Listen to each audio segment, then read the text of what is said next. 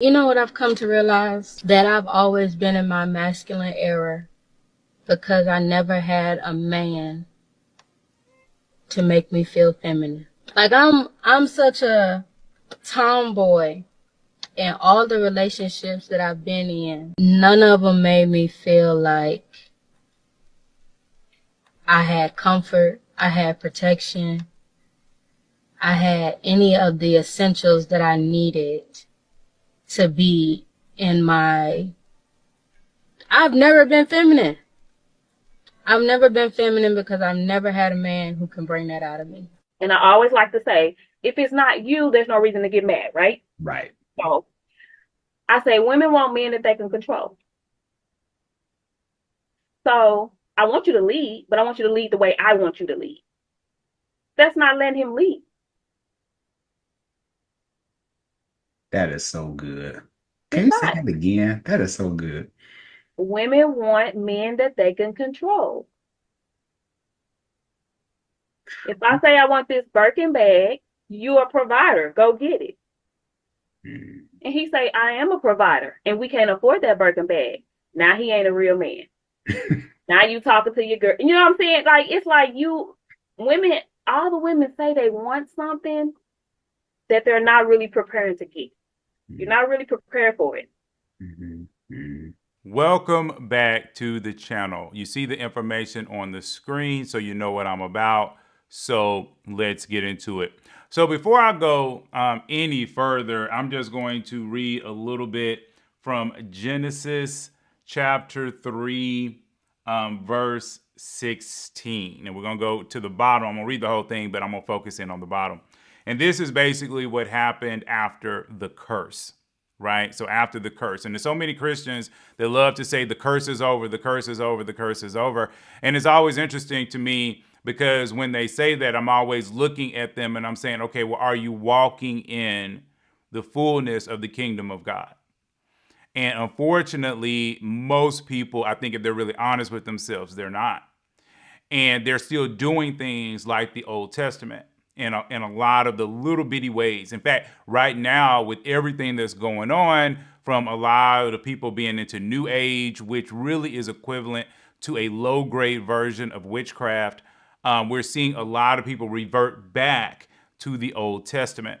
And this is why I'm always encouraging everyone to pay attention to the words, because Satan loves to change the words. The world loves to change the words because it sounds better, okay, when they use one thing versus saying another, right? So here's what verse 16 says. It says, he said to the woman, this is God talking to the woman, and I will sharpen the pain of your pregnancy, and in pain you will give birth. And here's the key, and you will desire to control your husband, but he will rule over you. So what we see is pretty much from the very beginning, women did not like this concept of submission, of a man leading them. Part of their heart desires it, but then there's something else in them that wants to go against it, right? And a lot of it really just goes down to trust, right? Because if you trust the man and if you've been through enough with him to trust him in big things, a lot of women that have kind of gone through that and they see the wonder of that and how good that is, right? At that point, they really have no problem with trusting, their husband. But right now, let's take a step back and not talk just about women here, right? And let's just talk about the human race, all right? What we see even throughout the Old Testament is that the Israelites, okay, had a problem trusting God. God led them out of captivity. God led them and fed them through the wilderness. God would send them supernatural blessings. God would give them victory, where sometimes 300 men, i.e., took on, 30,000 or whatever the number was. I can't remember exactly what it was. But you have these huge, feats where God stepped in so strongly, with, Israel, that they were able to do miraculous things. But then what we would see is as the people's lives became easier, they would get to a point where they just wanted more. And as they wanted more luxury, more opulence, things like that, their heart would start to go corrupt because at this point, they don't really see any problem with sinning. They just want what they want at this point. They don't see anything wrong with it. Let me have it. Let me do what I want to do. And so what would happen is as their hearts, first on the inside, start to turn back to self, because that's what it's doing. It's becoming selfish. It's about what do I want? What do I want in this moment in time? So in those places, God will become quiet. Okay. And he would really just start to talk to a few of the prophets and different people that really every day were reaching out for him. And he would still talk to them, but he tended not to talk to all these other selfish people. And many times the selfish people, because they didn't like what the prophet said, the prophet actually had to live his or her life in exile or right at the edge of the town or whatever it is, right? But there was always this remnant. And that's why I'm always telling you all, there's always this remnant, that God, has a way of keeping. Okay. But here's the main point.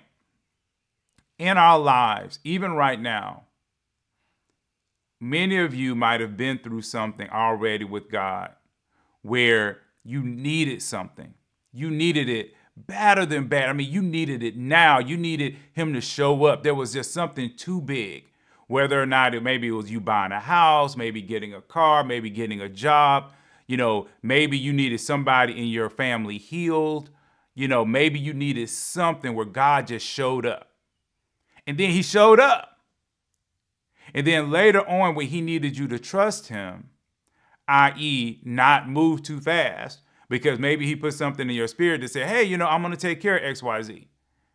But then you're like, well, God, you ain't quite taking care of it, so let me go ahead and handle it. And see, when you're doing that, you're not really leaning into trust, right? Now, I think that there's a balance to this because, I just did some videos on kingdom marriage and different things like that. And I do believe that God has a piece for us to do.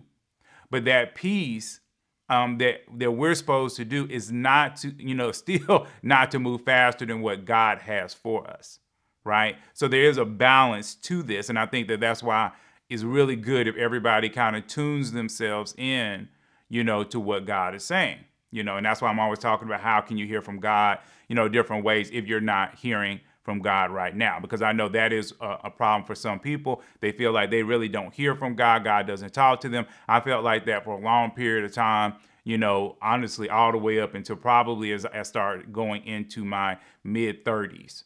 That was really the time that I felt that I was really starting to hear from God in such a strong way that I couldn't deny it, right? So I do encourage everyone to move towards that place. But, until then, I'm trying to get you to understand this trust, right? Because a lot of men, I know it's easy for us to beat up on the women, but many of us don't trust God. And see, God is supposed to be our head the same way we are supposed to be the head of the woman.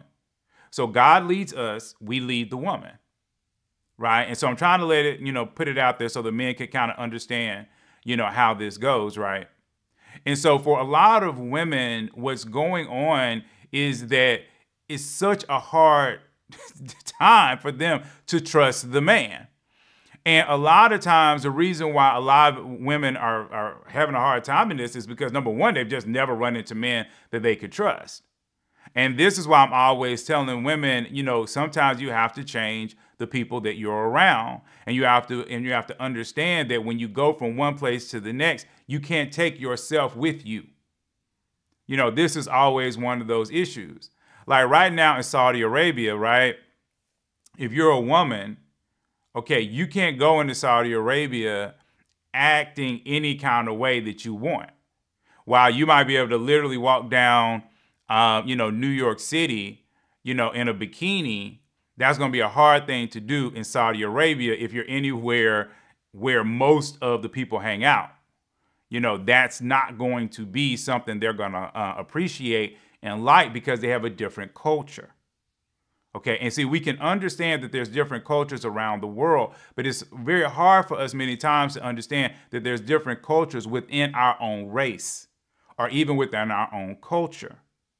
All African Americans, i.e. generational black people, are not the same. We're not. You know, when you deal with people that come from literally already living in generational wealth, where even all the way back into the 1900s, you know, these people were doing well. And now there's 3 and 4 generations, you know, where they have always done well. It's very difficult for anybody, man or a woman, to get into that family because that family has very high standards. Okay. And a lot of the stuff that we do as people, both men and women, we can disqualify ourselves from trying to get into that environment. And many people might say, well, I don't want to be in that environment. But at the same time, you have to look at the benefits of being in that environment. The reason why those people have such high expectations and high rules and regulations is because they're trying to make sure that their family is taken care of. I've told you all, you know, multiple times before, I am a believer in a 2-parent household. And the main reason why I believe in a 2-parent household is not really to disrespect single parents, but what it is it's more of a balanced environment. First of all, children always call out for both parents. That's one. The child knows that they're supposed to be 2. The second part is it makes it easier. It makes it easier for the woman because she's not carrying as much burden. And it also makes it easier for the husband as well because he also gets other benefits. So when we are looking at, you know, a 2-parent household versus a single parent household, there are lots of benefits to be in that 2-parent household. But it comes with rules and regulations. It comes with things that you have to follow. It comes with a lot of common sense, a lot of discipline, okay? A lot of quote unquote home training. So if a woman decides, hey, I want to try to join this family of generational wealth where everybody's been married for at least 3 generations and they don't have any problems, their kids are healthy and smart and everybody's doing well, and then you're like, well, man, I want to join into that, man. They're doing it up. You know, each one of the children is making $300,000 a year. Well, the problem is now that you're coming in there, you might not be able to bring your full self in there. So if you have certain things that family sees as not good, okay, then you're not going to be able to join to them. And see, then the argument starts, well, you know, they're just elitists. They're just this, they're just that. And part of that might be true, but we also have to recognize that there are certain things that hurt us. They hurt us. And see, even when you're starting to deal with women, and this is why I'm trying to bring all this thing home, right? To a lot of, like the woman said at the very beginning, she's like, I'm not walking in my femininity. I found that if I find a certain man, he could put me in my femininity. And there was actually a guy, believe it or not, that said the same thing in the comments, but he was saying in reverse. He was basically saying, you know, there are some women that put me in my masculinity, right? And then when you start to deal with the next, you know, lady, and she's talking about the whole thing, you know, about, you know, just trying to line up and whether or not you find a man that, you know, can fully do, you know, that leadership role and the fact that women want to control. And see, all of this is really the same thing. You know, believe it or not, it's the same thing. See, if a woman is taught, like in this family, they would teach their daughters more than likely not to say you can't go get it. Not to say that you can't take care of yourself if you need to. But they would more than likely say, hey, if you got to take care of yourself, take care of yourself. But more than likely, you'll be able to find a really great man that will take care of you. So yes, have the skills if you need them. But lean into your man. Lean into the fact that he can take care of you, that he can do for you. Now, I know, like I said, a lot of women that are watching right now be like, well, where are these men? Where are these men? They're everywhere. I say it all the time. They're everywhere. And it's always amazing to me because I'm always telling the women, they don't look like you think they do. I wish I could just put up a couple of pictures and say, okay, this is how they look and this is how they look, but every man looks different. Okay? But what I can tell you is that through conversation And through the first 1 or 2 dates, you're going to know the difference. It's going to be evident. There's not going to be, at that point, too much in your mind where you're like, oh, okay, this guy is 10 times different than any other guy that I run into. And see, the thing at that point is going to be a whole different argument, which I actually had another video for, but I don't want to make this video too long. But there's a whole nother argument there because, see, a lot of these men, like I know men like this. Like, I met a lot of people from different places and I run into a lot of Nigerians, right? Because like I said, just in what I do and, just the fact of my background and stuff like that. And I just run into them. I'll just be honest. I just run into them. And I run into a lot of Nigerian men who come from really great families who are over here right now making $180,000+ a year and all this other kind of stuff. And then they're doing it big. But they will date a lot of American black women, but they're not really serious. And I'm not saying none of them are, because some of them will marry, American black women. But what I'm saying is there are those of them that will just use those women as placeholders. I'm not even going to lie. Because as soon as I say all of this stuff that I'm saying at the very beginning, there's always going to be, some woman in the comments. They're like, no, they do you wrong too. And they do. They really do. But the difference is you have to understand whether or not you're in that placeholder category, right? And any man, like I said, that's over 30 years old, that is not looking to wife you up within 12 to 18 months, you're a placeholder. You're a placeholder. I still, to this day, don't understand why women stay in relationships beyond 2 years. Okay, if you don't have a ring, what you waiting for? He don't want you, boo. I know it hurts, but he don't want you. Move on. Okay, you're a placeholder, especially if he has a decent amount of money. Okay, because at that point, it really is no reason, for him not to go ahead and marry you, because he can move faster being married than he can move single. Okay, especially if you're not messing with his money.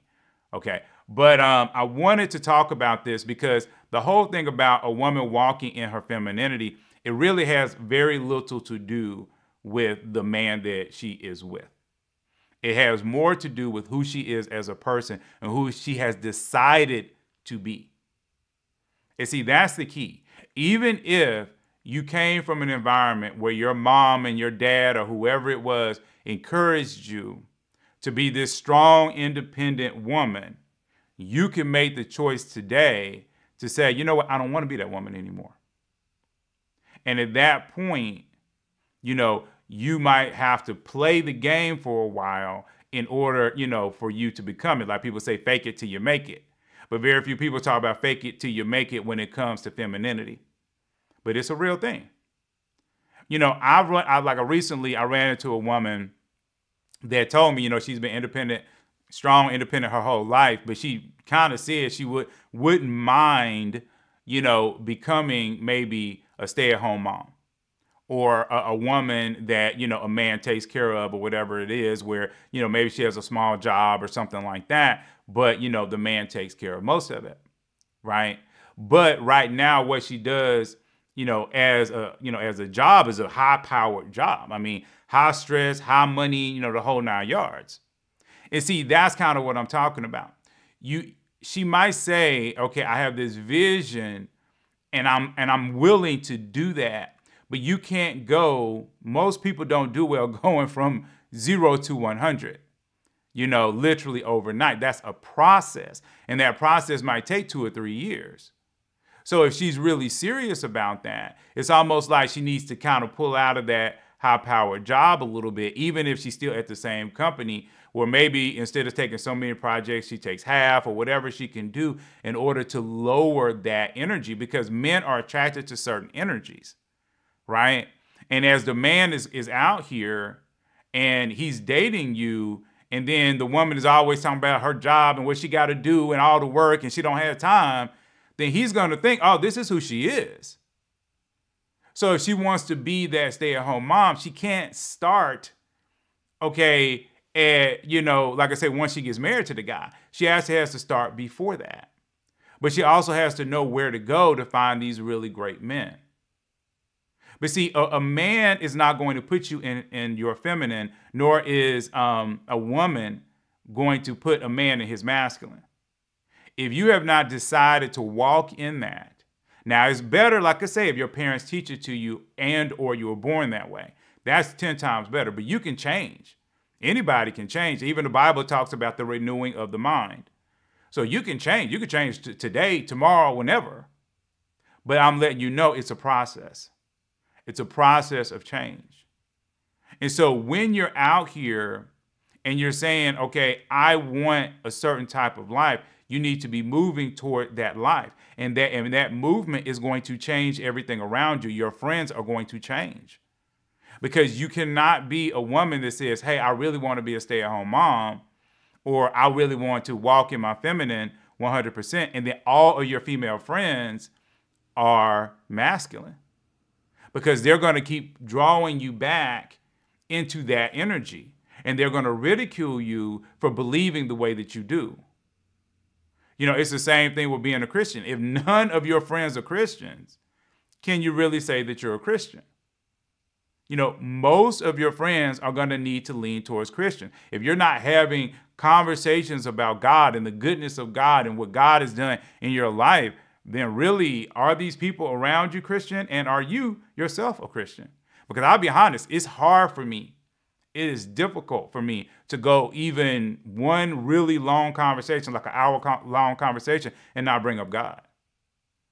So it has to be difficult for you to go through one way or another. I know I said a lot in this particular video, but I wanted to make sure that people are understanding that a lot of this stuff that you're hearing, okay, you don't have to go that way. You can make up in your mind to change tomorrow, but it's up to you to make that change. It is up to you to believe in that change. It is up to you to believe, like as a woman, believe that a man can lead you. Now, I've always said you have to find good people. You have to find them. You have to vet them. You have to know them when they're in front of you. Okay? And it's going to be tricky if you've never seen it before. But the thing I will tell you really quick before I end this video for the women that are watching, when you're dealing with alpha men, men that walk in leadership, especially Christian alpha men, they're not going to play games with you. And when I say play games, I'm not talking about play games with your heart. I'm talking about sit around and wait for you to get it right. Okay, you're going to have a very small window of time to get it right. And if you don't, they're gone. They've just moved on. And that's the whole point. So if you're fighting with him on leadership, if you're fighting with him on the vision, if you're fighting with him on this, that, and the third, because you think that's what you're used to doing, okay, it doesn't work the same. But it also doesn't work the same with the way the men take care of you. They 100% will lean in and take care of you.